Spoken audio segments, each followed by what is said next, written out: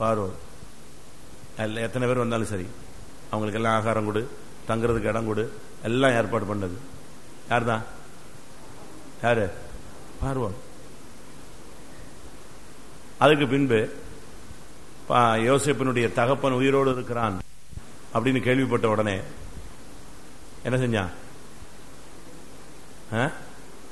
இருக்கிற சேரட்டெல்லாம் கொடுத்து, ரதம் வண்டிகள் எல்லாம் கொடுத்து, ஆட்கள் எல்லாம் அனுப்பி அவனை நெஞ்சிட்டு வா, கூட்டிட்டு வா. இவன் ஒரு ஆர்டினரி கவர்மெண்ட் சர்வெண்ட், அவ்வளவுதான். ஆனா இவனுக்கு அவன் எவ்வளவு கனம் செலுத்துறான்? போய் கூட்டு வா, உங்க அப்பாவை கூட்டு வா, உங்க தம்பிகளை கூட்டு வா, உங்க அண்ணனை கூட்டு வா, ஃபேமிலி எல்லாம் கொண்டு வா, எல்லாம் சேர்ந்து நம்ம என்ன செய்வோம், மொத்தமா முன்னேறி போகலான்னு சொல்றான். சரி, வந்தாச்சு. வந்த உடனே தன்னுடைய நாட்டிலேயே தேசத்திலேயே செழிப்பான ஒரு பகுதி எது? கோசேன். அப்படித்தானே? வாசிங்க.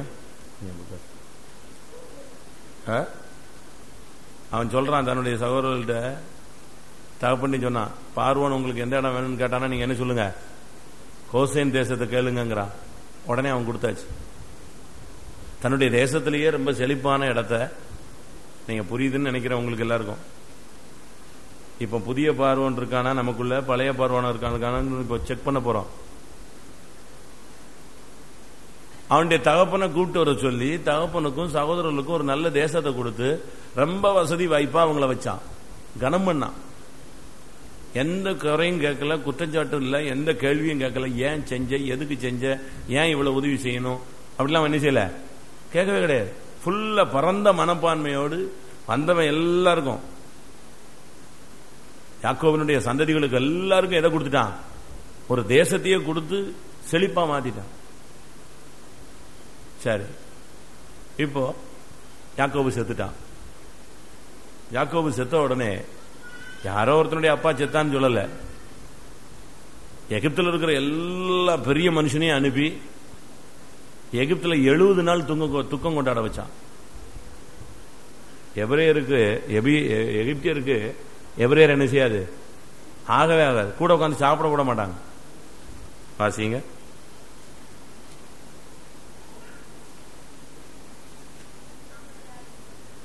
நாற்பத்தி 33:32.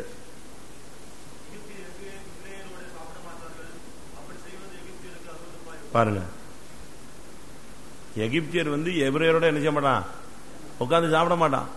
ஆனா இப்போ இவன் அவனை தன்னுடைய சிங்காசனத்துக்கு அடுத்த சீட்ல உட்கார வைக்கிறான், அவங்க கூட சாப்பிட வைக்கிறான். அவ்வளவு க்ளோஸா மாறிட்டான். யாக்கோபு செத்ததுக்கு எகிப்துல இப்படி ஒரு துக்கம் கொண்டாடுதல் நடந்ததே கிடையாது. ஆதியாகமம் 50:3.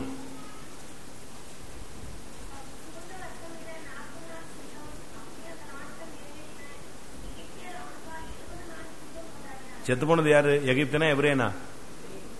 செத்து போனது யாரு? எபிரேயன், யாக்கோபு. ஆனா துக்கம் கொண்டாடுனது யாரு? முழு எகிப்து தேசமும் மொத்தமா கடந்து அழுது அவனுக்காக துக்கம் கொண்டாடினாங்க. யோசிச்சு பாருங்க. 10ஆம் வசனம்.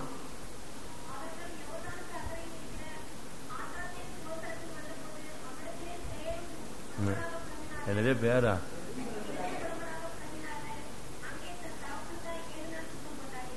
அவ்விடத்தில் பெரும் புலம்பலாக புலம்படினார். 11ஆம் வசனம். ஆத்தாத்தின் களத்திலே துக்கம் கொண்டாடுகிறதை அத்தேசத்தின் குடிகளாகிய கானானியர் கண்டு இது எகிப்திற்கு பெரிய துக்கம் கொண்டாட. யாரோ ஒருத்தர் செத்ததுக்காக அந்த பார்வோன் அவ்வளவு வேதனைப்பட்டு தன்னுடைய முழு ஜனங்களையும் அனுப்புனாங்க. சாதாரண ஆளுங்களெல்லாம் அனுப்பல. தேசத்தில் இருக்கிற பெரிய பெரிய ஆளுகள் எல்லாம் எங்க அனுப்புனா? 7ஆம் வசனத்துல பாருங்க.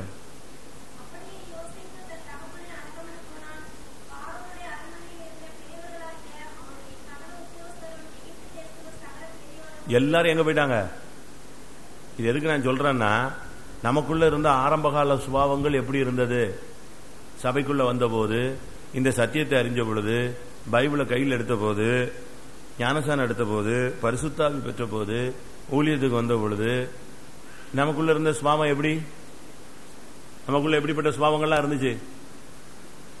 மற்றவங்களுடைய துக்கத்தில் நம்ம என்ன செஞ்சுக்கிட்டோம்? கலந்துகிட்டோம். யாரோ எவரோன்னு கன்சாடையா போகல. நம்ம மற்றவங்களை நம்முடைய ஸ்தானத்தில் உட்கார வச்சு சாப்பாடு கொடுத்தோம், மரியாதை கொடுத்தோம், மதிப்பு கொடுத்தோம், எல்லா அதிகாரங்களும் கொடுத்தோம். நம்மள ஒருவனை போல என்ன செய்தோம்? மற்றவர்கள் எல்லாரையும் நம்ம நேசிக்கிறது போல பிறனை என்ன செஞ்சோம்? நேசிச்சோம். மற்றவங்களுடைய துக்கம் தான் நம்முடைய துக்கம்னு நினைச்சோம். அவ்வளவு க்ளோஸா இருந்தோம். நம்முடைய பொருள், நம்முடைய வீட்டில் இடம் கொடுத்தோம், நம்முடைய பொருள்கள் இடம் கொடுத்தோம், நம்முடைய சொத்துக்கள் இடம் கொடுத்தோம், என்னெல்லாமோ செஞ்சோம்.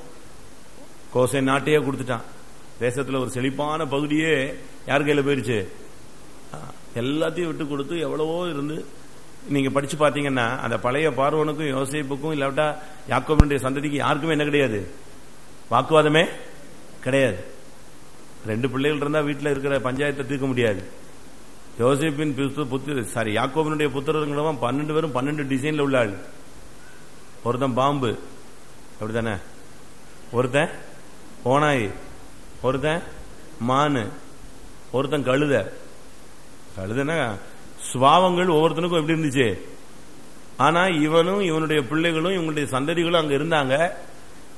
பிரச்சனை இல்லாம இருந்திருக்குமா? கழுத சும்மா இருக்குமா? கத்தும், உதைக்கும். ஆனா பார்வோன் இதெல்லாம் என்ன செய்யல? ஒண்ணுமே கண்டு எல்லாத்தையும் சகிச்சான். அந்நிய தேசத்தில் உள்ளவங்க தங்களுடைய தேசத்துல வந்து இருந்து செழிப்பாகி வளர்ந்து வர்றதை பார்த்து கூட அவன் என்ன செய்யல? துக்கப்படல, வேதனைப்படல, எதிர்க்கல, குற்றஞ்சாட்டல, நியாயம் பேசல, ஒண்ணுமே செய்யல. அவங்களுக்கு எல்லாத்தையும் விட்டு கொடுத்து சகித்து சுமந்து ஏந்தி அந்த தேசம் அந்த ஜனங்கள் நம்மோடு என்ன செய்யட்டும் இருக்கட்டும் வச்சிருந்தேன். இப்படி நல்லா போயிட்டு இருக்கும் போது டக்குன்னு ஒருத்தன் குறுக்க வந்துட்டான். வாசிங்க இப்ப மறுபடியும் நம்ம ஃபர்ஸ்ட் சப்ஜெக்டுக்கு வருவோம்.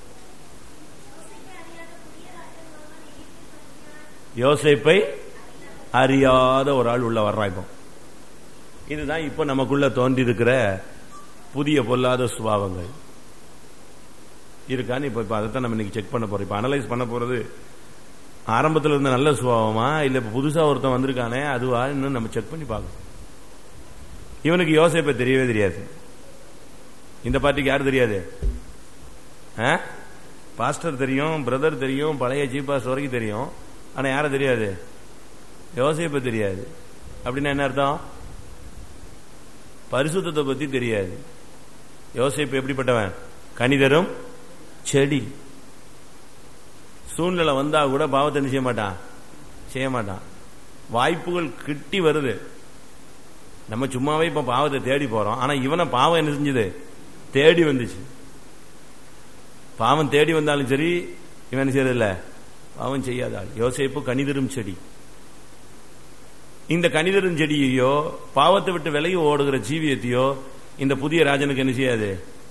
தெரியாது. இப்ப நமக்கும் பரிசுத்தத்துக்கும் எவ்வளவோ டிஸ்டன்ஸ்ல வந்துட்டோம்.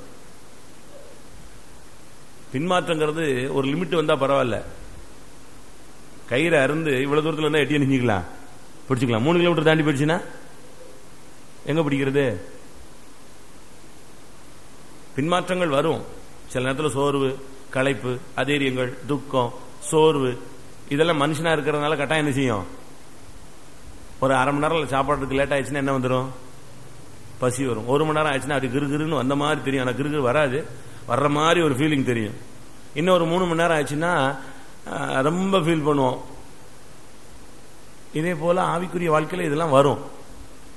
ஆனா நீ அதை விட்டு வெகு தூரம் போயிடக்கூடாது. இந்த புதிய ராஜன் யோசேப்பை அறியாத ஒரு பார்வன் உள்ள வந்தான். நல்லா தானே இருந்த ஞானசானம் பெறும்போதெல்லாம், பரிசுத்தாவி பெறும்போதெல்லாம் உன்னுடைய கூட்டங்கள், நீ உன்னுடைய தீர்க்கதரிசியா இருக்கும்போது உன்னுடைய வரங்கள், ஆரம்ப காலத்தில் நீ ஒவ்வொரு வீடா விசுவாசிகளை தேடி போய் ஜெபிச்சது, பாசமா இருந்தது, விட்டு கொடுத்தது, யார் குடும்பத்தையோ தாங்கி சுமந்து ஏந்தி போனது, இப்ப அதெல்லாம் போயிட்டு யார் வந்துட்டா? ஒரு புதிய ராஜன் வர்றாரு. இந்த புதிய ராஜன் வந்த உடனே புத்தி மாறிடுச்சு. மாறிடுச்சா? நம்ம ஆளுங்களுக்கு கல்யாணம் கட்டின உடனே ஆவிக்குரிய வாழ்க்கை போயிடுது. வேலை கிடைச்ச உடனே தெய்வீகம் போயிடுது. கொஞ்சம் பிசினஸ் பிக்கப் ஆகி காசு வந்துருச்சுன்னா தேவ சமூகமே போயிடுது. இன்னும் கொஞ்சம் டெவலப் ஆயிட்டானா பாஸ்டரா, புது பாஸ்டர் எனக்கு தெரியல, பேர் தெரியலமா. ஏன்னா அவனுக்கும் பாஸ்டருக்கும் உள்ள கனெக்ஷன் என்னது? கட்டு. இதானே நடக்கு. கல்யாணம் கட்டினதுனால, குழந்தை பத்ததுனால யாரும் ஆவிக்குரிய ஜீவிதத்தில் முன்னேறி இருக்காங்கன்னு பைபிள்ல சபையில யாராவது ஒரு ஆளை சொல்லுங்க. பிள்ளைய வச்சுக்கிட்டு கூட்டத்தில் உட்கார முடியல. இப்படிதான் நம்ம சொல்றோம். தடை தானே. புதிய ராஜன் இப்ப தோன்றதுனால ஆவிக்குரிய வாழ்க்கை என்னது? தடை தானே தவிர முன்னேற்றம் இல்லை. ஒன்னும் டெவலப் ஆன மாதிரி ஒன்னும் தெரியலையே. நான் கல்யாணம் கட்டின பிறந்தாங்க நல்லா ஸ்பிரிச்சுவல்ல வர்றேன் அப்படின்னு சொல்லிட்டான்னா அவன் உண்மையான விசுவாசி தான்.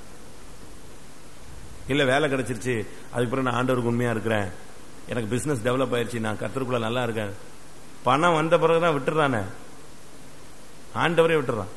சரி, புதிய ராஜனுடைய சில குணநலங்களை பார்க்கலாம். யாத்ராகமம் 1:9. ஃபர்ஸ்ட் அந்த புதிய ராஜன் தோன்றின உடனே அவனுக்குள்ள வந்த எண்ணங்களை பாருங்க.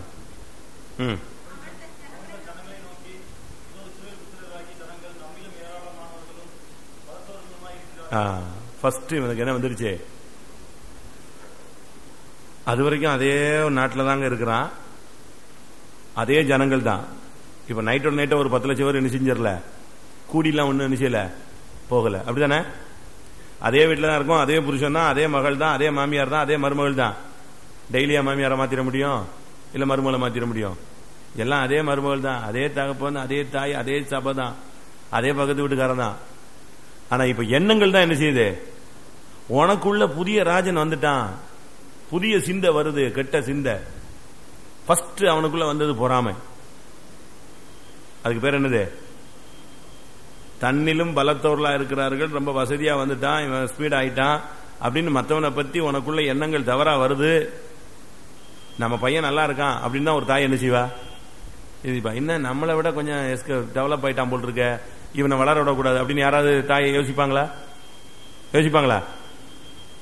யோசிப்பாங்களா? ஆனா இப்ப உள்ளவங்க யோசிக்கிறாங்க. நான் தூத்துக்குடியில ஒரு இடத்துக்கு போயிருக்கும்போது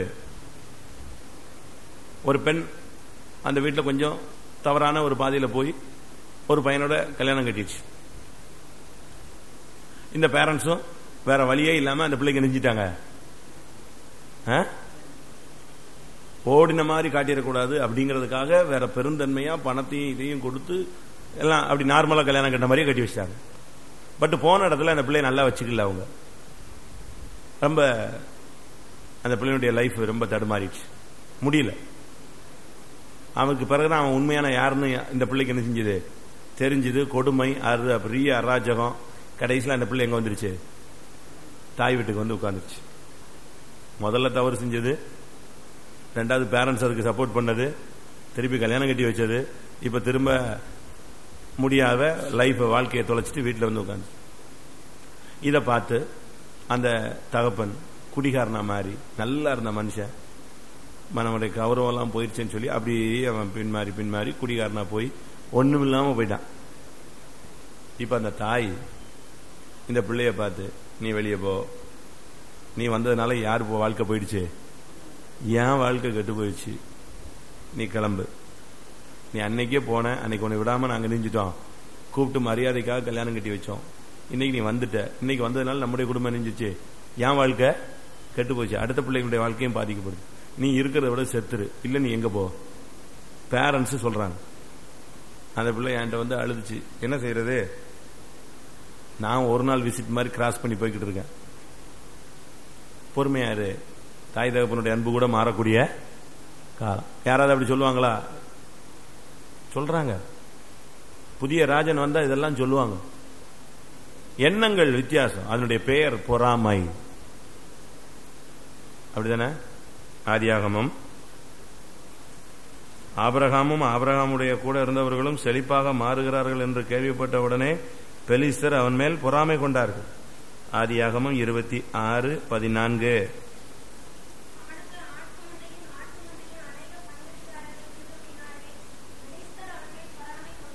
பாருங்க, இவன் வசதியா வந்தாலே மற்றவனுக்கு என்ன உண்டாகுது? பொறாமை. இஸ்ரவேல் ஜனங்கள் வளர்ச்சியடைந்து வருவதை பார்த்த உடனே பார்வோனுக்கு, புதிய ராஜனுக்கு என்ன வந்துருச்சு? பொறாமை வந்துருச்சு. ஆனா முந்தின நைட்டு வரைக்கும் அதே இஸ்ரவேல் தான் இருந்தாங்க. இதே பார்வோன் புதுசா வந்து அன்னைக்கு நைட்லயே ஆர்டர் ஒன்றும் தொடங்கல, வந்து பார்த்து சகிச்சு அப்படியே இருந்து அனலைஸ் பண்ணிட்டு இப்ப பொறாமை வந்துருச்சு. நமக்குள்ள பொறாமை இருக்கா? போட்டிகள் இருக்கா? இப்ப ஒன்னும் சொல்ல மாட்டீங்க, இன்னும் கொஞ்சம் டைம் இருக்கு, சொல்லுங்க, ஆண்டவர்கிட்டயா சொல்லுங்க. பொறாம இருக்கா?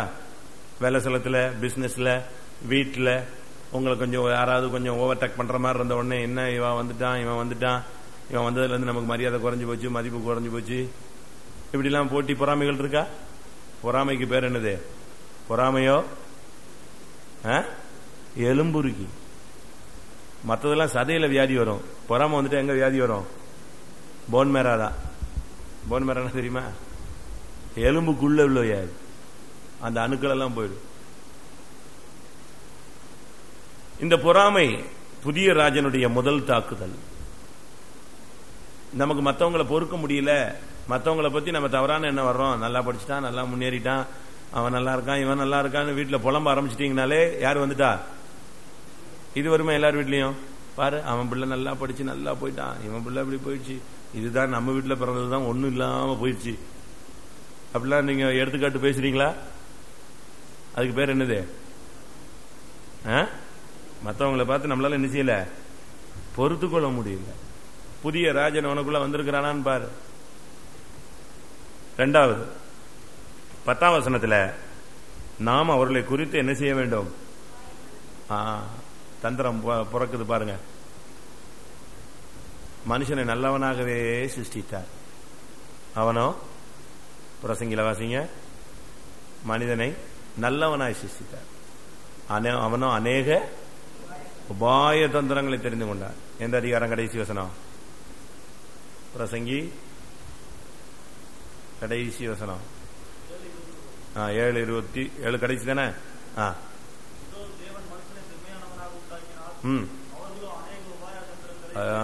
ரொம்ப தந்திரம். சர்ப்பம் எப்படிப்பட்டது? மிகவும் தந்திரமான ஒரு சர்ப்பம். இப்ப அவங்களுக்கு ரொம்ப தந்திரம்லாம் இருக்கா? எவ்வளவு டெக்னிக்கா பேசுறான். நம்ம பாஸ்டர்ட்ட எப்படி பேசணும்னு அவன் கத்து வச்சிருக்கான், சிஸ்டர்ட்ட எப்படி பேசணும்னு கத்து வச்சிருக்கான், மனைவிட்ட எப்படி பேசணும்னு கத்து வச்சிருக்கான். அநேக உபாயங்கள் இன்னைக்கு நம்முடைய ஜனத்துக்கு வந்துருச்சு. ஏமாத்து வேலைகள். உலகத்து மனுஷன் கூட நம்ம ஆளுங்கள்ட்ட ட்ரைனிங் எடுக்கணும் பாவம் செய்யறதுக்கு.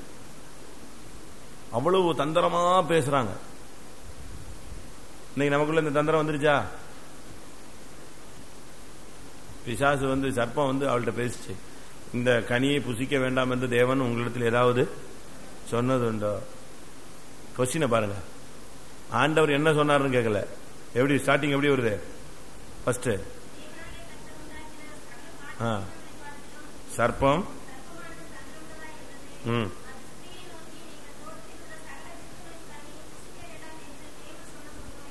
நீ எப்படி இருக்கன்னு ஃபர்ஸ்ட் கேட்க வேண்டியானே? சுகமா இருக்கியான்னு கேட்க வேண்டியானே? நல்லா இருக்கிறியான்னு கேட்க வேண்டியானே? உங்க வீட்டுக்காரர் நல்லா இருக்காரான்னு கேட்க வேண்டியானே? இந்த கொஸ்டின் எல்லாம் கட்டிச்சா சர்ப்பம்? ஸ்டார்டிங் அது எங்கதான் வருது? கனிக்கு விஷயம் தான். இப்ப நமக்கு எத்தனை பேருக்கு உபாயமான புத்தி எல்லாம் வந்துருச்சு?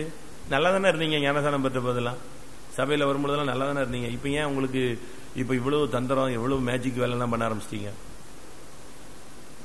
பார்த்த உடனே தோத்துறோம், அவன் போன உடனே வந்துட்டான் பாருன்னு சொல்றது.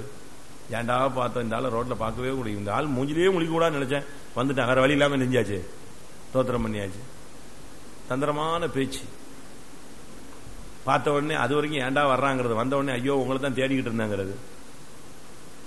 கத்தர் கரெக்டா கொண்டு வந்துட்டாருன்னு யாரையும் சேர்த்து கூட்டு வந்துருவான், கத்தரையும் சேர்த்து இழுத்துட்டு வந்துடுறது. உபாயங்கள் இருக்கா? ஆவிக்குரிய வாழ்க்கைக்கு தந்திரம் என்ன செய்யாது, எடுபடாது. யதார்த்தமான உண்மையான வெளியரங்கமான வாழ்க்கை மாத்திரமே ஆவிக்குரிய வாழ்க்கைக்கு உதவும். இன்னைக்கு உனக்கு தந்திரம் வந்துருச்சா? அடுத்து 11ஆம் வசனத்துல அப்படியே அவர்களை சுமை சுமக்கிற வேலையில ஒடுக்கிறதுக்கு ட்ரை பண்ணாங்களா. அவன் பாரத்தை அவனுக்கு கூட்டுங்கிறான், சுமையை சுமத்துறான். ஒவ்வொருத்தருக்கும் குடும்பத்தில் சில சுமைகள் உண்டு. தகப்பனுக்கு ஒரு சுமை உண்டு, தாய்க்கு ஒரு, பிள்ளைகளுக்கு ஒரு சுமை உண்டு. ஒவ்வொருத்தருக்கும் ஒவ்வொரு பொறுப்பு உண்டு, ஒவ்வொரு பாரம் உண்டு, ஒவ்வொரு வேலைகள் உண்டு, உத்தரவாதம் உண்டு. அத அந்தந்த நபர் தான் என்ன செய்யணும், சுமக்கணும். இவன் என்ன செஞ்சிட்டான், இந்த புதிய பார்வன் சுமையை என்ன செய்யறான், இஸ்ரவேல் ஜனங்கள் மேல சுமத்துறான். இப்ப நீங்க எல்லாம் பிரச்சனைகளை பாரங்கள்லாம் யார் மேல சுமத்துறீங்க? எனக்கு ஒண்ணும் தெரியாது, நீ செஞ்சா செய்யாட்டப்போ அது நீ தான் செய்யணும், கட்டாயம் நீ தான் செய்யணும், வேற நான் செய்ய முடியாது. அப்போ சுமையை சுமக்கிற பாரம் அந்த பொறுப்பு உனக்கு என்ன செய்யல? குடும்ப பொறுப்பை யார் தான் சுமக்கணும்? வீட்டில் உள்ளதான் சுமக்கணும், பக்கத்து வீட்டுக்காரன் சுமப்பான். உங்க வீட்டு காரியத்தை யார் தான் சுமக்கணும்? சபை காரியத்தை ஊழியக்காரன் தான் சுமக்கணும். சபை விசுவாசிகள் தான் சுமக்கணும். நீங்க மற்றவங்க மேல உங்க சுமையெல்லாம் சுமத்துனீங்கன்னா உங்க சுமையை நீங்க சுமக்கிறீங்களா இல்லையா? வேதம் என்ன சொல்லுது? ஒரு பாரத்தை, கலாத்தியர் 6:2 என்ன சொல்லுது? ஒரு பாரத்தை ஒருவர் சுமந்து கிறிஸ்துவின் பிரமாணத்தை நிறைவேற்றுங்கள்.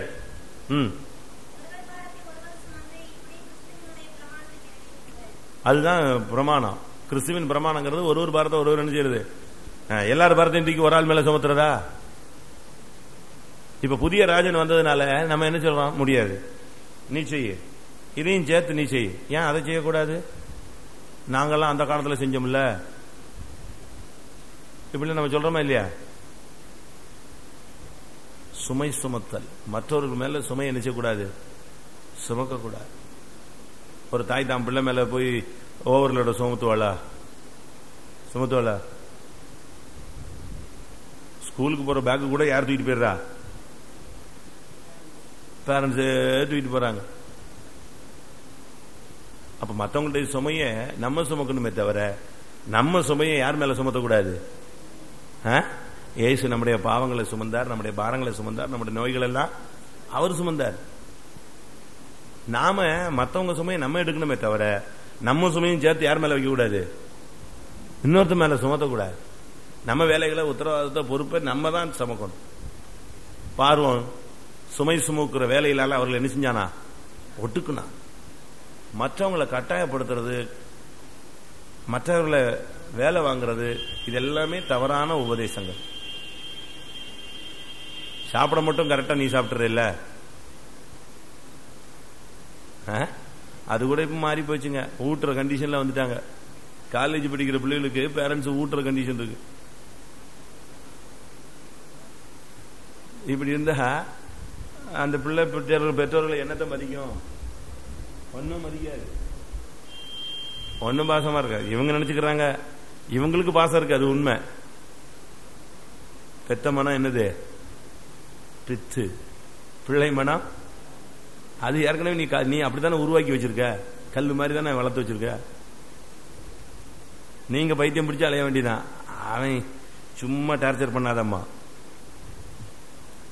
அதனால நல்லா புரிஞ்சுக்கோங்க, மற்றவர்களை ஒடுக்கிற சுபாவத்தை நிறுத்தணும். சுமையை நீ சுமத்தும் போது அவன் ஒடுங்குறான், வெளியே சொல்ல முடியாது, தூக்கப்பட முடியாது. மற்றவர்கள் மேல் நம்முடைய சுமையை என்ன செய்யக்கூடாது? சுமத்தக்கூடாது. அடுத்து, சுமை சுமக்கிற வேலையினால் ஒடுக்கும்படிக்கு அவர்கள் மேல் என்ன செய்தானா? எதை வச்சுட்டான்? விசாரணைக்காரர் வச்சான். எங்க போறான், எங்க வாரான், என்ன பேசுறான், அவ எங்க நிக்கிறா, அவ யார்கிட்ட பேசுறா, இதை ஃபுல்லா என்ன செய்யறது? வேவு பார்க்கறது, ஆள் வைக்கிறது. இதெல்லாம் நமக்கு அவசியமே இல்லைங்கிற. இந்த பழக்கம் நல்லதா? அது சந்தேகத்தினுடைய ஒரு ஆவிங்க. அது சுமை சுமக்கிற வேலையினால் அவர்களை ஒடுக்கும்படி யாரை வச்சாச்சு? விசாரணைக்காரரை வைத்தான். நம்ம அந்த வேலையே செய்யக்கூடாது. எங்க போனா, எங்க வந்தா, எதுன்னு விசாரிக்கிற வேலையே என்னது? தேவன் மாத்திரம் தான் நம்மள என்ன செய்யணும்? விசாரிக்கணும். பேரண்ட்ஸ் பிள்ளைகளை விசாரிக்கலாம், மற்றபடி மற்றவங்களை பத்தி நீ என்ன செய்யக்கூடாது. பார்வன் தன்னுடைய மனைவியை ஆள் வச்சு விசாரிச்சான். யாரை விசாரிச்சான்? இஸ்ரவேல் ஜனங்களை. நீ மற்ற விசுவாசியை பத்தி எல்லாம் நீ என்ன செய்யக்கூடாது? விசாரிக்கவே கூடாது. நல்லா இருக்கீங்களா? நல்லா இருக்க, அவ்வளவு. அதுக்கு விசாரணைக்காரரை வச்சாங்க. அவங்க இவங்க பின்னாலேயே வருவான். உட்கார்ந்தா உடனே சவுக்கு வச்சு என்ன செய்யுது? அப்படித்தானே செஞ்சான். ஆலோட்டிகள் வச்சு என்ன செஞ்சான்? அடிச்சான். அதனால இந்த வேவு பார்க்கிற வேலை, விசாரிக்கிற வேலையெல்லாம் நம்முடைய வேலை இல்ல, புதிய ராஜனுடைய வேலை. 5ஆம் வசனம், 12ஆம் வசனம்.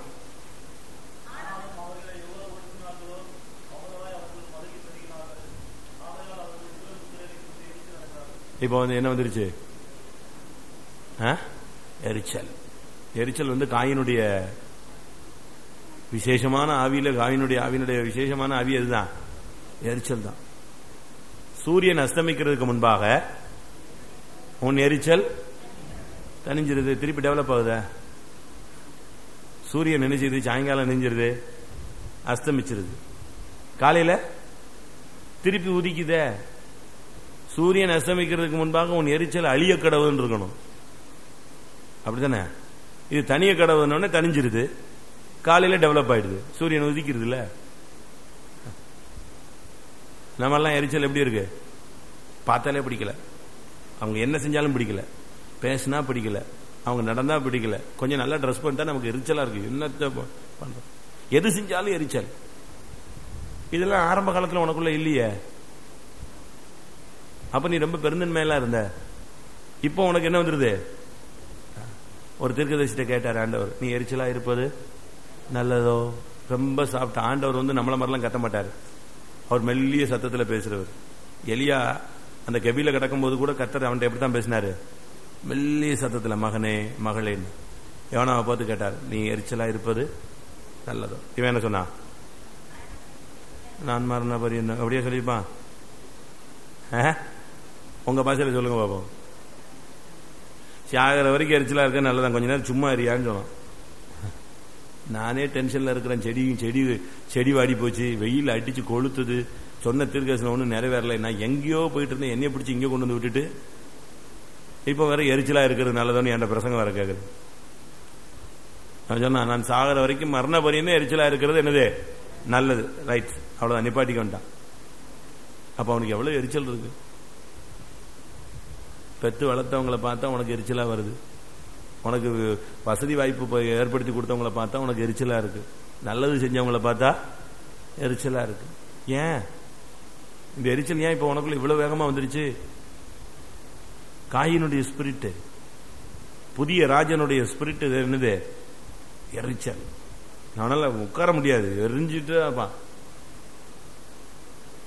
நீங்க சமாதானமா போவீங்க, அவன் என்ன செய்வான்? எரிஞ்சு விழுவான்.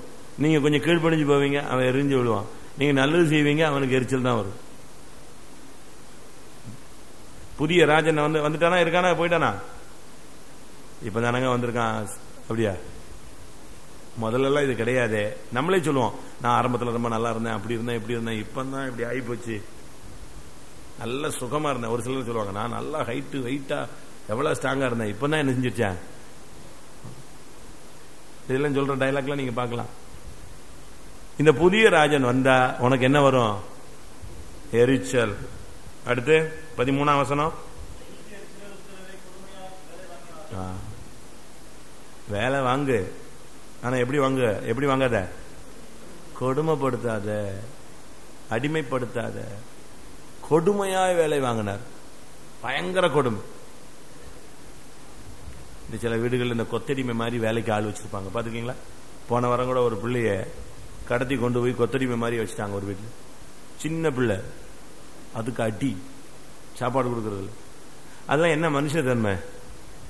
நீ சாப்பிடும் போது மற்றவங்களுக்கு என்ன செய்யணும்? அதாவது உனக்குள்ள இருக்கிற அதே உணர்வு, அதே கை காலு, அதே வயிறு வாயு, அதே அறிவு யாருக்கு இருக்கு? மற்றவங்களுக்கும் இருக்கு. அதனாலதான் உன்னை போல நீ பிறனை நேசினார். நீ சாப்பிடுறிய, உனக்கு பசிக்குதே, மற்றவனுக்கும் பசி எடுக்குமேங்கிற ஒரு அறிவு என்ன செய்யணும்? வரணும். ஆனா இங்க இல்ல, கொடுமையாய் வேலை வாங்கின. ஒருத்தர் ரொம்ப கொடுமைப்படுத்தினா கிளம்பிடுவாங்க. இஸ்ரவேல் ஜனங்கள் இந்த கொடுமையை பார்த்துதான் எங்க கிளம்புனா? அது வரைக்கும் செங்கல் அறுத்துக்கிட்டே இருந்தான். தமிழ்ல சொல்லுவான், சீரழிஞ்சவன் தான் என்ன செய்வான்? செங்கல் சுமப்பான். இவன் செங்கல் சுமந்துட்டு இருந்தான் அமைதியா. இவன் கொடுமையை அதிகரிக்க சாராய ஆகாரை என்ன செஞ்சாலாம்?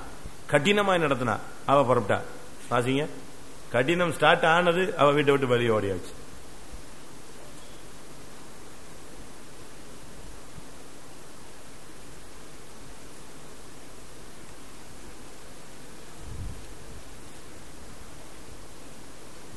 இல்லையா?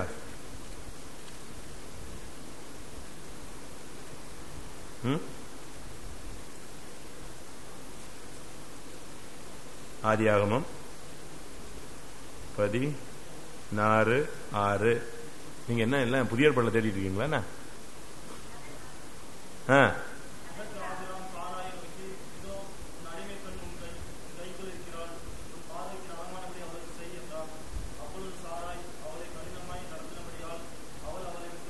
போதுமா? கொடுமைப்படுத்தினீங்கன்னா கிளம்பிடும் பாட்டி.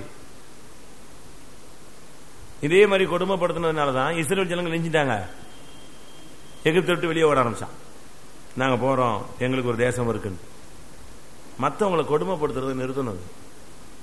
கொடுமை. ஒரு சிலர் சொல்லுவாங்க, நான் என்ன கொடுமைப்படுத்தினேன். ஒரு பிள்ளை இப்ப வீட்டை விட்டு வெளியே போயிருக்கா. அவங்க வீட்டுல கேட்டா, அவ கேட்டதெல்லாம் கொடுத்தோம், சாப்பாடு கொடுத்தோம், எல்லாம் ட்ரெஸ் வாங்கி கொடுத்தோம், சாப்பிட்டு தூங்கிட்டு இருந்தா, ஒரு வேலையும் செய்யல. ஆனா அவளை கேட்டா, ஐயோ அந்த வீட்டுல என்னால இருக்கவே முடியாது, அவங்க பேசுற வார்த்தையில என்னால கேட்கவே முடியாது, அதனால நீ என்ன செஞ்ச, வீட்டு விட்டு ஓடி போயிட்டா. இப்ப எங்க இருக்குன்னே தெரியல, ஓடிட்டே இருக்கு. கொடுமை. நம்ம மற்றவங்க எல்லாம் எப்படி செய்யறோம்? அன்பா நடத்துறோமா? அன்பா நடத்துறோமா? சொல்லுங்க.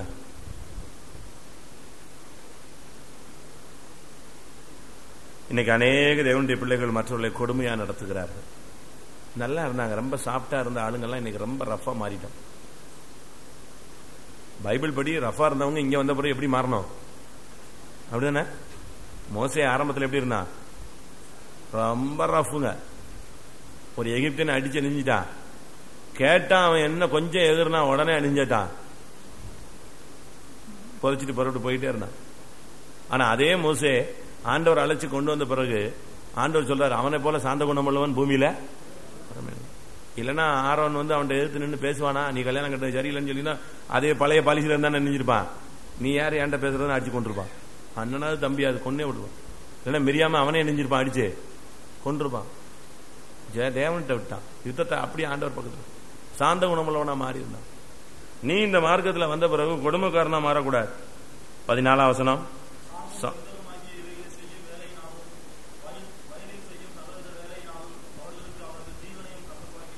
இது நல்லா புரிஞ்சுக்கோங்க. மற்றவர்களுடைய வாழ்க்கையை கசப்பா என்ன செய்யக்கூடாது? மாற்றவே கூடாது. மற்றவங்க வாழ்க்கை வெறுக்கிற அளவுல உன்னுடைய பேச்சோ நடவடிக்கையோ செயல்பாடோ என்ன செய்யக்கூடாது?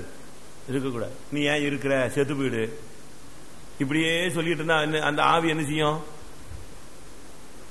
போன வாரம் ஒரு பிள்ளை போன் பண்ணி சொல்லிச்சு. போன் இல்ல, நேரடியாக போன்ல தான். நல்ல ஆவிக்குரிய பிள்ளை. ஒரு சத்தம் கேக்குதான், நீ ஏன் இருக்கிற, செத்து போயிரு. மனுஷன் சொல்லல, யார் சொல்றா? ஒரு ஸ்பிரிட் பேசுது, என் காதுல கேக்குது, நீ எல்லாம் இருந்த இடத்துக்கு செத்து போன. நல்ல பிள்ளைய இந்த ஆவி எதை பேச ஆரம்பிச்சிருச்சு? சாகிறத பத்தி பேச ஆரம்பிச்சு. அப்ப நாமும் வீட்டுல பிள்ளைகளை பார்த்து, நீ ஏன் இருக்கிற, செத்து போயிரு, நீ எல்லாம் இருந்து பிரயோஜனம் இல்ல, உன்னை பெற்றதுக்கு பிரயோஜனம் இல்ல, உன்னை கல்யாணம் கட்டினதுல பிரயோஜனம் இல்ல, உன்னை வீட்டுல வச்சிருக்கிறதுல பிரயோஜனம் இல்ல. என் கசின் சிஸ்டருடைய பையன் ஒருத்தன் ரொம்ப தொல்லை பண்ணிட்டு இருந்தான். இவன் படிக்கிறான்னு சொல்லிட்டு வெளியூர்ல படிக்க வச்சாங்க. அவன் எங்க படிச்சான்? அவனை ஹாஸ்டல்ல குற்றாலத்துல சேர்த்து விட்டு இருந்தாங்க. இவன் டெய்லி குற்றாலத்துல தான் இருப்பான தவிர எங்க இருக்கிறது கிடையாது, ஹாஸ்டல்ல படிக்கிறதே கிடையாது. காலையில கிளம்புறது, சாப்பிடுறது, நேரம் அருவியில போய் உட்காந்துக்கிறது, ஊர் சுத்துறது. ஆனா மாசம் மாசம் இவங்க ஃபீஸ் அனுப்பிக்கிட்டே இருக்காங்க. இவன் புக்கு கேட்பான், எக்ஸாம் ஃபீஸுமா. அவங்க ஏதோ பிள்ளை படிக்கிறது போல் இருக்குன்னு நினைச்சிட்டு இருக்காங்க. எல்லாம் அனுப்புனாங்க. பரீட்சை வரும்போது பரீட்சை எழுத விடல. அது பிறகுதான் வீட்டுக்கு தெரிஞ்சது இவன் என்ன செய்யல, படிக்கவே செய்யலன்னு. சரின்னு சொல்லி எக்ஸாம் எழுத முடியல, வீட்டுக்கு கூட்டு வந்தாச்சு. வீட்டில் ஒரு ஒர்க் ஷாப் இருக்கு. அங்க போச்சோன்னா ஒரு அரை மணி நேரம் இருப்பான், அதுக்கு பிறகு கிளம்பிடுவான். அவங்க அப்பா வரும்போது இருப்பான், அவங்க அப்பா போன உடனே கிளம்பிடுவான். இப்படியே ஒரு 2 மாசம் ஓடினான். என்னாச்சு? ஒரு நாள் வீட்டுக்கு வந்தான். அவங்க வீட்டுக்காரர் அக்கா ஹஸ்பண்டும் வந்தாரு. இந்த பையனால ஒரு பிரயோஜனம் என்ன செய்யாது, கிடையாது. படிப்பும் விட்டுட்டான், இப்ப வேலைக்கும் வரமாட்டேங்கிறான். வெறுத்தன் மத்தவன்ட்ட தான் வேலைக்கு போக வேண்டாம், நம்ம கம்பெனிக்கு வர சொல்லு. வந்து சொல்லி சொல்லி பார்த்தாரு.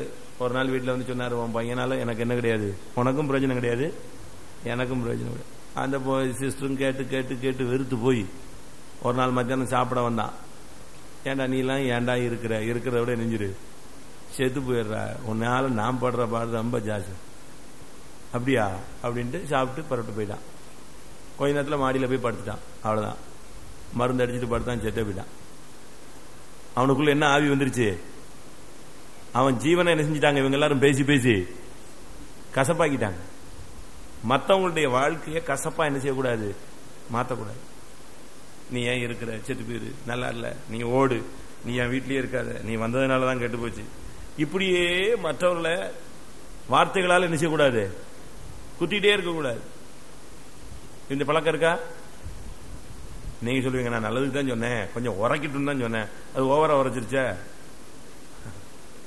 மற்றவர்களுடைய ஜீவனை என்ன செய்யக்கூடாது, கசப்பாக்க கூடாது. ஏன் இருக்கிறோம், ஏன் ஊழியத்தில் இருக்கிறோம், எதுக்கு நம்ம வந்தோம் அப்படிங்கலாம் மறந்து போகிற லெவல்ல நம்ம கொண்டு போக கூடாது. ஒருத்தனை மற்றவனை என்ன செஞ்சாகணும், நீ என்கரேஜ் பண்ணணும். வேலை கிடைக்கலையா பரவாயில்ல, பிசினஸ் நல்லா இல்லையா பரவாயில்ல, கத்திர நிச்சயவாரு ஆசீர்வதிப்பார். கீழே விழுந்துட்டியா, இப்ப ஒரு குழந்தை கீழே விழுந்துச்சுன்னு வச்சுக்கோங்களேன், நீங்க ஐயோ விழுந்துட்டானே அப்படின்னீங்கன்னா அவன் அந்த விழுந்த இடத்துலயே கிடப்பான், ஓன்னு அழுதுட்டு. ஏன்னா நம்ம விழுந்துட்டோம் போல் இருக்குன்னு. பாத்திருக்கீங்களா? பரவாயில்ல பரவாயில்ல விழுந்துட்டியா, எலும்பி எலும்பி வா எலும்பி வான்னா போதும், அது பாட்டுக்கு என்ன செய்யும். இதுதான் கான்செப்ட். ஒருத்தன் தடுமாறுறான்னா அவனை என்கரேஜ் பண்ணும். ஒருத்தன் லேசா தடுமாறுறானா துக்கப்படுறான்னா அவனை என்கரேஜ் பண்ணும். ஒண்ணு இல்ல பரவாயில்ல, இதெல்லாம் ஒரு பெரிய காரியம் இல்ல, கர்த்தர் உதவி செய்வார்.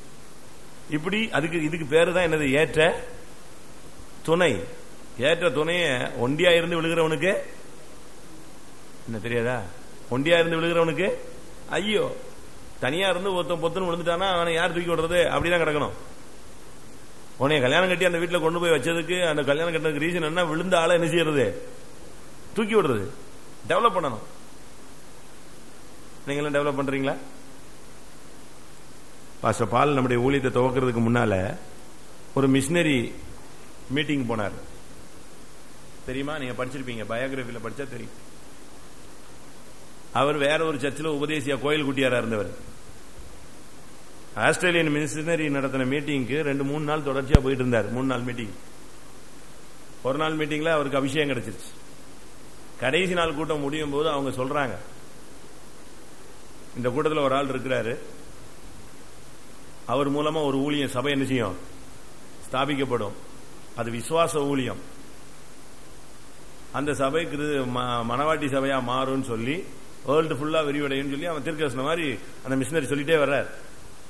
இந்த ஊழியத்துக்கு ஒப்பு கொடுக்கிறவங்களை கடைசியா நாங்க பார்த்து ஜெபிச்சுட்டு இந்த க்ளோஸ் பண்றோம், அந்த மீட்டிங் தொடர் கூட்டத்தை க்ளோஸ் பண்றோம்னு சொன்னாங்க. உடனே ஒரு 4-5 பேர் நினைஞ்சாங்க, எலும்பி போனார்.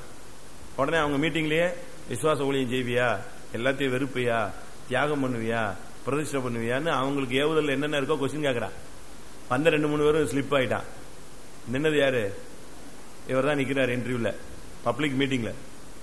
என்ன வந்தாலும் நிப்ப விசுவாசத்துல நிப்ப, எது பிள்ளைகள தியாகம் பண்ணுவ, உன்னுடைய வாழ்க்கையை தியாகம் பண்ற எல்லாத்துக்கும் தலையாட்டியாச்சு. அவங்க எல்லாரும் சேர்ந்து ஒரு ஜெபம் பண்ணிட்டு கூட்டத்தை முடிச்சிட்டாங்க. அவங்க புறப்பட்டாச்சு. இவர் நேரம் வீட்டுக்கு வராரு. வர்ற வழியில யோசிச்சுட்டே வர்றாரு, 4 பிள்ளை இருக்கு, 5 பிள்ளை இருக்கு, என்னதை பண்றது, எல்லாத்துக்கும் தலையாட்டிட்டமேன்னு யோசிச்சுட்டே எங்க வந்து சேர்ந்தாரு, வீடு வந்து சேர்ந்தார். அவர் பாசப்பால் ஏற்கனவே கல்யாணம் கட்டினவர், பிள்ளைகள்லாம் இருக்கு. பிள்ளைகளுக்கு கொஞ்சம் கொஞ்சம் பேங்க்ல நினைச்சிருக்காரு, கொஞ்சம் அந்த கோயில் உபதேசியாரில் கிடைச்ச காசுல கொஞ்சம் கொஞ்சம் போட்டு வச்சிருக்காரு. வீட்டுக்கு வந்த உடனே டல்லா வந்ததை பார்த்த உடனே நம்ம கேட்டுச்சுன்னா, நேற்றுலாம் நல்லா ஃப்ரெஷ்ஷா வந்தீங்க, இன்னைக்கு என்ன டல்லாயிட்டு வரீங்க, என்ன ஆச்சு, கூட்டத்தில் என்ன ஆச்சு? கூட்டம்லாம் நல்லா இருந்துச்சு, என்னைய கூப்பிட்டாங்க, நான் போய் தான் ஜெபிச்சேன், என்னைய பார்க்கணுன்னாங்க, எல்லாரும் முன்னாலையும் வச்சு ஜெபிச்சாங்க, பிளஸ் பண்ணாங்க, ஊழியத்தை துவங்குன்னு சொல்லிட்டு போயிட்டாங்க. சரி, அங்கெல்லாம் தலையாடிட்டு ஏன் இப்ப டல்லா வந்தீங்க? அதான் யோசிச்சு பார்த்துட்டே வரேன், நீ இருக்கிற 4-5 பிள்ளைங்க இருக்கு, இதெல்லாம் வச்சு எங்க கொண்டு போய் கரை சேர்க்கறது? அப்ப அந்த அம்மா சொன்னாங்களாம், நீங்க என்ன சொல்லுவீங்க? இங்க இருக்கிற அம்மா மாதிரிலாம் என்ன சொல்லுவீங்க? நீங்க இந்த ஊழியம் சொல்ற கதையெல்லாம் வச்சுக்காதீங்க, ஒழுங்கா குடும்பம் நடத்துறதுக்குள்ள வழிய பாரு. ஊழியம் செய்யறாருன்னா என்னைய கொண்டு போய் எங்க விட்டுரு, எங்க வீட்டுல கொண்டு போய் செட்டில் பண்ணிரு, என்னைய விட்டுருன்னு சொல்லிருப்பீங்க. அவங்க சொன்னாங்களா, என்னங்க இது, கர்த்தருடைய காரியத்துக்கு எல்லாத்துக்கும் ஓகே பண்ணிட்டு வந்துட்டு ஏன் டல்லா இருக்கிறீங்க? ஒண்ணுமே கிடைக்காட்டாலும் தண்ணி, பைப்பு தண்ணியை குடிச்சா நம்ம என்ன செய்யலாம், கர்த்தருக்காக நிக்கலாம் நாங்களாம். அப்படியா சொல்ற? ரைட். அன்னைக்கு தொடங்கினதுதான் எது, சிபிஎம் ஊழியம். என்கரேஜ்மெண்ட் பண்ணணும், மற்றவங்களை டிஸ்கரேஜ் பண்ணிக்கிட்டே பழகக்கூடாது. அது புதிய ராஜனுடைய ஆவி. அது கொடுமைப்படுத்தி அவனை ஒண்ணுமில்லாம ஆக்குறது, மற்றவங்களை டல்லாக்கிக்கிட்டே இருக்கிறது. அந்த ஆவி இருக்கா நமக்கு? என்ன ஆவி இருக்கு? 15ஆம் வசனத்துல, அவன் எகிப்தின் ராஜா சிப்பிரால் பூவால் என்னும் பேருடைய எபிரேய மருத்துவச்சிகளோடு என்ன செஞ்சான், ரகசிய ஆலோசனை பண்ணிட்டான். நீங்க யார்கிட்ட பேசுறீங்க? பார்வனுக்கும் டாக்டருக்கும் என்னங்க சம்பந்தம்? அவசியமே இல்லையே. நீ விசுவாசி, அவிசுவாசியோட உனக்கு என்ன கிடையாது, பேச்சு வேண்டாம். ஏன் குடிகாரனோட ரவுண்ட் அடிக்கிற? ஏன் தாறுமாறான ஃப்ரெண்ட்ஸோட எல்லாம் ஐக்கிய வைக்கிற? இந்த மார்க்கத்தில் வந்த பிறகு அவங்களெல்லாம் என்ன செய்யணும்? கட் பண்ணி தெய்வீகமானவர்களோடு என்ன செய்யணும்? பழக்கத்தை ஏற்படுத்தும். ஈவன் சர்ச்சில் கூட பின்மாற்ற விசுவாசிகளோடு நீ என்ன செய்யக்கூடாது? அதிகமான ஐக்கியம் வைக்கக்கூடாது. பிரைஸ் இல்லான்னா பிரைஸ் இல்ல, அவ்வளவுதான். எங்க வீட்டில் கல்யாணம் அப்படின்னா கல்யாணத்துக்கு போ, செத்து போயிட்டானா சாவுக்கு போ. ஆவிக்குரிய விசுவாசிகளோட மட்டும் உங்களுடைய ஐக்கியத்தை என்ன செய்யுங்க? வைங்க. நீ மற்றவனோட ஐக்கியம் வைக்காதன்னு நான் சொல்றேன். முதலாம் குறிந்தரில் அழகா சொல்லியிருக்கு, சகோதரன் என்னப்பட்டவன் ஒருவன் விசுவாசியா இருக்கிற ஒருவன் விபச்சாரனா இருந்தா அவனோட எவ்விதத்தில் நினைச்ச கூடாது, சாப்பிட கூட செய்யாத. பாசிங்க 1 Corinthians 5 கடைசியா.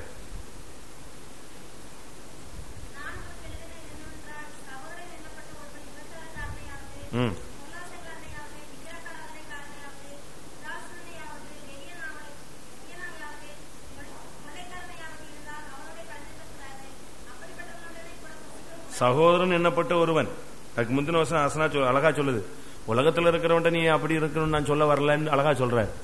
உலகத்துல நீ ஆபீஸ்ல இருப்ப, ஒரு விபச்சாரக்காரன் இருப்பான், ஐயோ விபச்சாரக்காரன் நான் ஆபீஸே போக மாட்டேன்னு சொல்ல முடியுமா? அதை பத்தி உனக்கு அவ்வளவு கிடையாது. நீ மொபைலை பார்த்து நீ பாட்டுக்கு வீடு வந்து சேர வேண்டியா? விசுவாசிகள் இப்படிப்பட்டவங்க இருந்தா அவங்க கூட நிச்சய கூடாது. அதனாலதான் உலகத்தில் இருக்கிறவனோட பின்மாற்றக்காரனோட சேர்றதான் பெரிய பாவம். இவன் எபிரேய மருத்துவசிகளோடு உட்கார்ந்து பேசிட்டு இருக்கான். ஆலோசனை, ரகசிய ஆலோசனை. ரகசிய ஆலோசனை வந்து ரொம்ப தவறு. மூலியக்காரங்களை பத்தி பேசுறதுக்கு உனக்கு என்ன வேலை? மற்ற விசுவாசிகளுடைய வாலிப பிள்ளைகளை பையனை பத்தி பேசுறதுக்கு உனக்கு என்ன வேலை? மற்ற விசுவாசியோட வீட்டுக்குள்ள உள்ள கதையை பிரச்சனை பத்தி பேச உனக்கு என்ன தகுதி இருக்கு? உன் கதையே பெரிய பிரச்சனையா இருக்கு. நீ மற்றவங்களை பத்தி என்ன செய்யக்கூடாது? பேச கூடாது. மற்றவங்களை பத்தி நீ பேசாத. என் ஆத்மாவே ரகசிய ஆலோசனைக்கு என்ன செய்யாத? உடன்படாத. ஆதியாகமம் 49:6.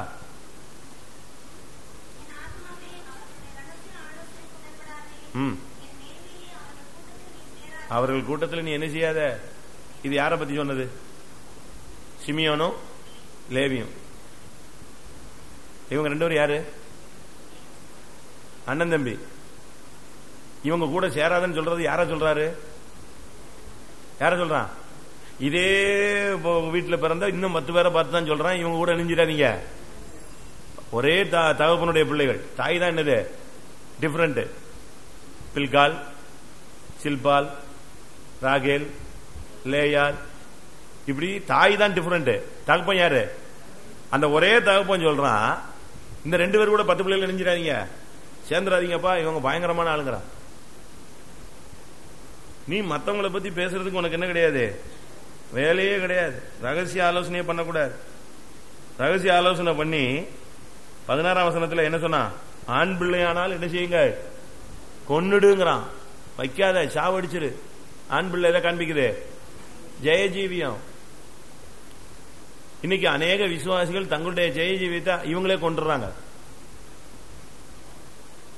ஆமா, என்னத்தை ஜெபிச்சு என்ன ஆக போகுது? உபவாசம் போட்டாச்சு, பாஸ்டர்ட்ட சொல்லியாச்சு, ஜெபிச்சாச்சு, எவ்வளவோ பண்ணியாச்சு, ஒன்னும் இல்ல. இனிமே நான் ஜெபிக்க போறது இல்ல, எல்லாம் க்ளோஸ் பண்ணிட்டேன்.